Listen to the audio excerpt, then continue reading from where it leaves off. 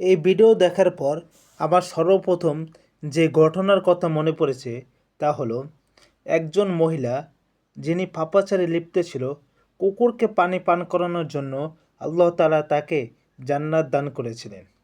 অপরদিকে একজন মহিলা যিনি দিনদার ছিলেন, সকল ধরনের আবাদত করত, কিন্তু তিনি বিড়ালকে বন্দি করে রেখেছিলেন, অর্থাৎ বেঁধে রেখেছিলেন, তাকে খাবার দিত না এবং যাতে সে বিড়াল নিজেও খাবার সংগ্রহ করতে পারে এজন্য তাকে ছেড়েও দিত না।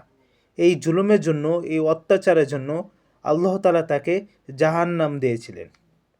এজন্য বলি, আমি সর্বদাই জীবনে সকল ভিডিওতেই বলি, নিজের মধ্যে যদি জীবনে বড় কিছু করতে চাও, একসাথে তো বড় কিছু করা যাবে না।